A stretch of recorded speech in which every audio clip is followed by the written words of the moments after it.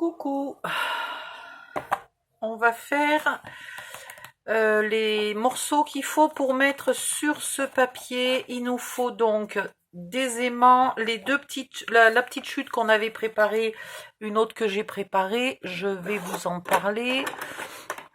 Des aimants. Si vous n'avez pas d'aimants, il y aurait peut-être une solution avec un ruban, mais ça risque d'être compliqué. Ouais, parce qu'il faudrait mettre le ruban ici. Ouais, on pourrait, bref, au cas où je vous le ferai. Alors, il vous faut, moi j'ai pris deux papiers identiques. Vous n'êtes pas obligé, vous pouvez prendre deux papiers assortis. Le premier papier, je vais faire l'onglet d'en bas. Alors, je ne veux pas me tromper, l'angle va être ici. Donc je vais me le noter parce que je vais tracer sur l'arrière pour ne pas laisser des marques. Donc, l'angle d'en bas est ici. Ici, vous mettez un repère à 1 cm. Voilà, bien au bord. Ici, un autre repère à 1 cm dans ce sens-là.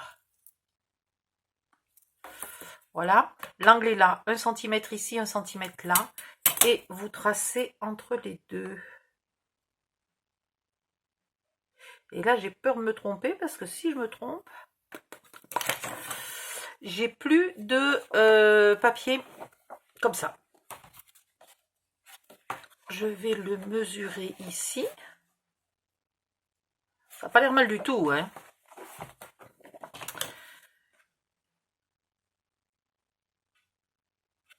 Je suis bien le bas en bas. Ouais. Oh, j'ai une trouille de me tromper.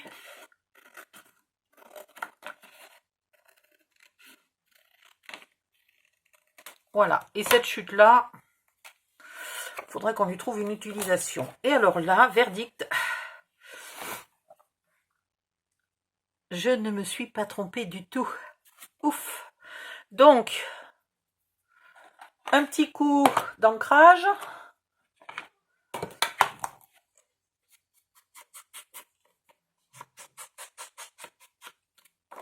Ne pas oublier de mettre l'aimant. Je me le répète pour moi, hein, parce que je suis une spécialiste pour oublier les aimants.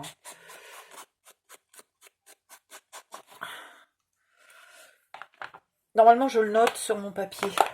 Je fais comme ça. Là. Voilà, je fais ça, ça veut dire ne pas oublier l'aimant.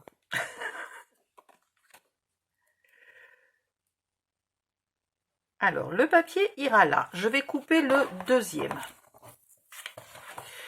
Le deuxième, c'est le même principe. Je repère où est mon angle. Je mesure. Faudrait-il encore que j'ai une règle? Ah, mais j'ai plus de place. C'est horrible. Alors oui, voilà, ça, les aimants sur le coin de la table. Alors, l'angle est là-haut. Donc, il me faut 1 cm ici. Je suis pas en face, je vois pas ce que je fais. Et il me faut 1 cm là.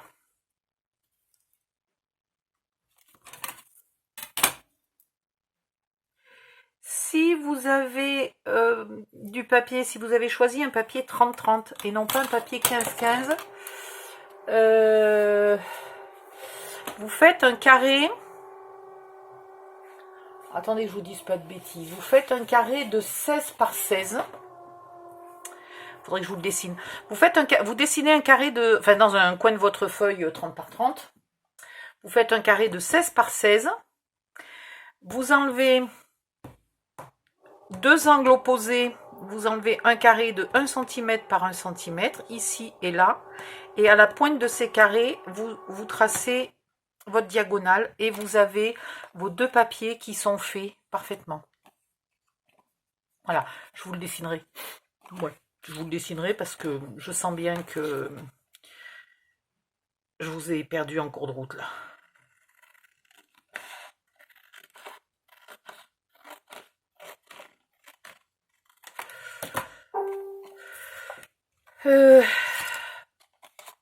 Toc, voilà, chute. Ah, je perds mes chutes.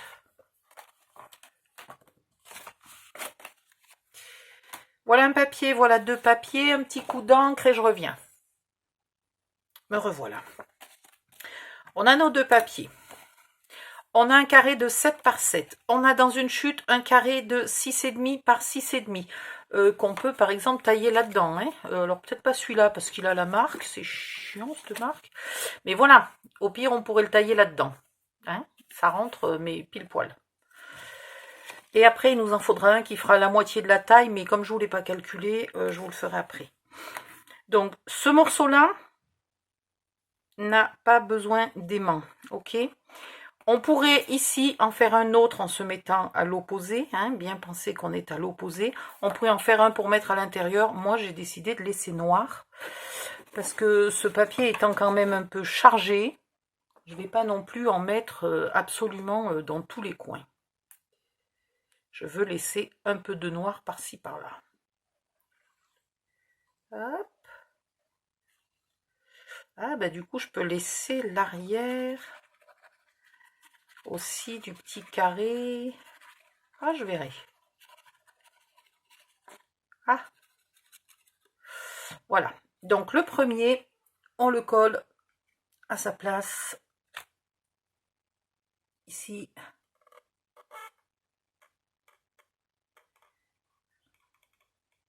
Bien centré. J'ai un peu plus là en bas, je sais pas pourquoi.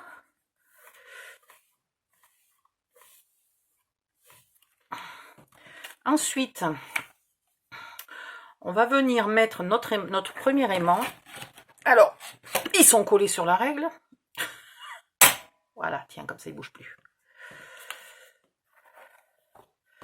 Le premier aimant, on va venir le mettre dans l'angle d'en bas du carré de 7 par 7, mais sans le mettre trop à ras non plus.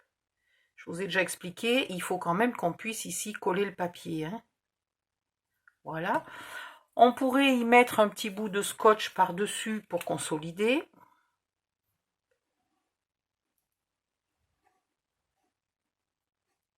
Voilà. Mais c'est pas non plus indispensable.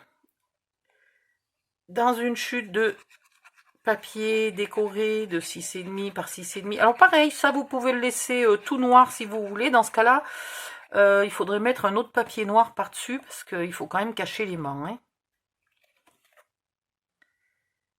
Voilà, 6,5 par 6,5 que je viens coller là-dessus. Alors moi, j'ai pas eu le choix. Hein. J'ai eu encore une fois la marque. Et là, je voudrais que ça colle bien. Donc, je vais le laisser un peu coller. Je vais mettre sur pause. Je vais aller vous dessiner le schéma du morceau de 16 par 16 dont je vous parlais il y a quelques minutes pour le cas où vous utilisiez un papier 30 par 30. Comme ça, ça me laissera le temps à ça de coller. Je reviens.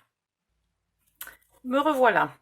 Je vous l'ai fait sur une chute de papier, le schéma. Donc, il est à l'échelle 1,5. Il est 2 fois plus petit que ce que vous allez faire en vérité.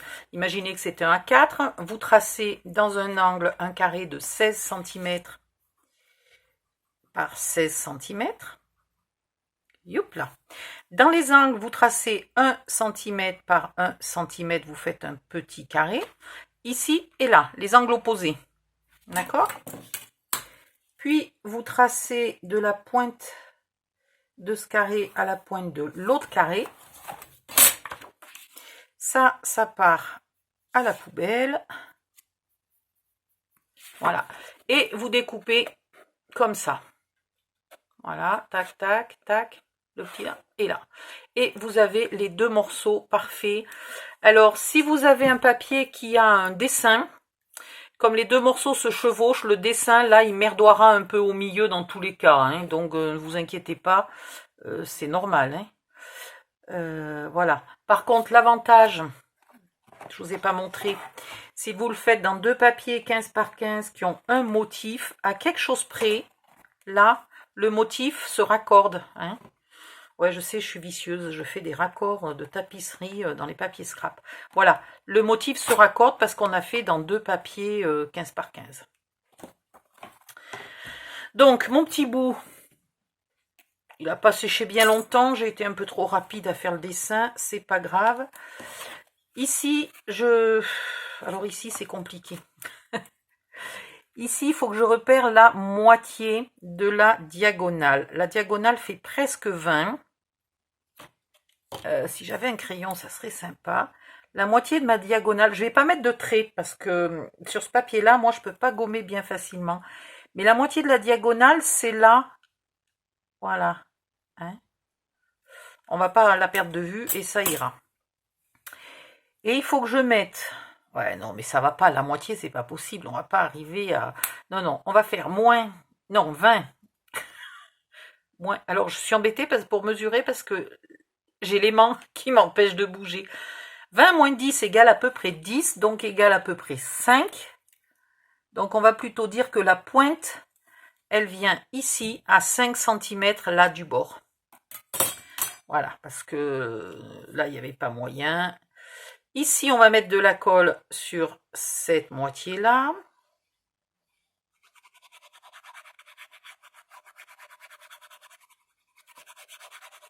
Il y en a combien là, qui sont en train de me maudire parce que c'est un peu compliqué. Je vous avais dit que cette page, elle était un petit peu plus compliquée que d'habitude.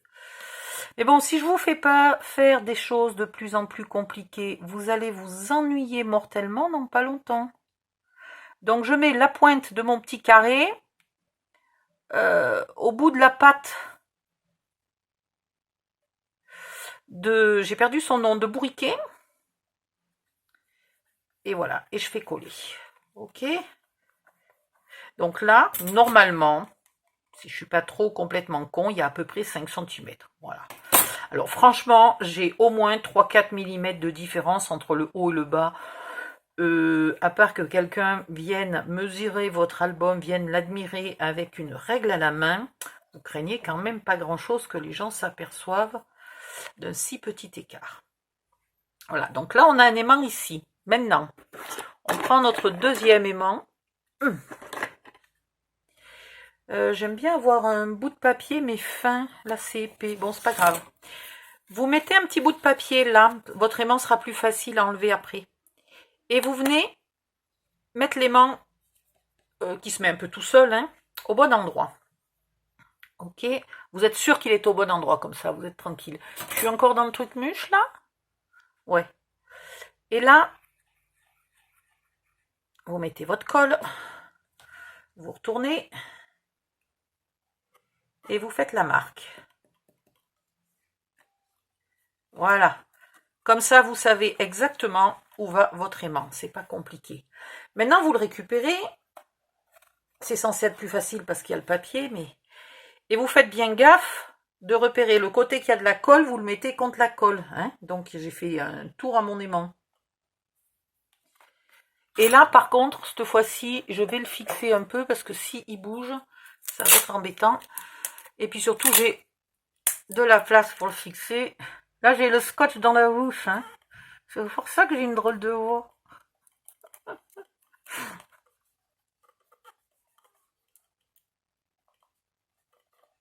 Voilà. Ça y est, j'ai plus de scotch dans la bouche, c'est quand même nettement mieux. Et maintenant, j'avais bien ancré, hein. Ouais, oh, j'ai eu peur. Et maintenant, on colle ce morceau-là par-dessus.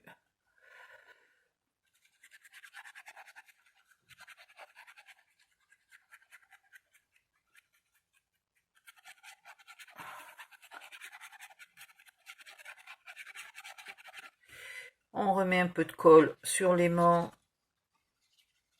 sur le scotch et un peu autour.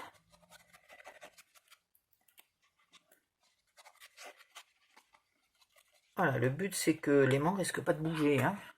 Faut qu'il soit bien calé par le papier. Où je suis là, je suis complètement perdue dans le sens de mon triangle. Et on vient coller le triangle par-dessus. On appuie bien, sans venir appuyer à ras de l'aimant. Là, on appuie à plat, hein, là où il y a l'aimant. Voilà.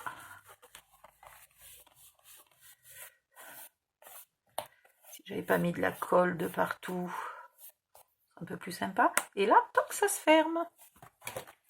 Voilà. Pas plus compliqué que ça, hein, c'est déjà pas mal. Alors normalement, ça m'énerve. 4. Et là j'ai un peu plus, j'ai 4,5.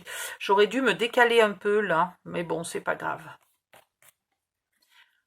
Ici, vous pouvez remettre un autre triangle si vous avez envie, hein, donc vous reprenez le même et vous pensez le faire à l'opposé. Ici, vous pouvez aussi venir mesurer et mettre un petit triangle si vous avez envie. Moi, je n'en vois pas l'utilité. En plus, là, on pourrait très bien coller une jolie photo carrée ou même une carrément très grande, là, ici. Pourquoi pas? Et donc là, évidemment, il y aura un insert. L'avantage des pochettes comme ça, c'est que non seulement on peut mettre des photos sur l'insert, mais on peut aussi glisser des photos ou des petits dépliants ou des petits souvenirs, des tickets, ce qu'on veut. Bon, ben la vidéo est assez longue, je m'arrête là et je fais la vidéo suivante. Bye bye!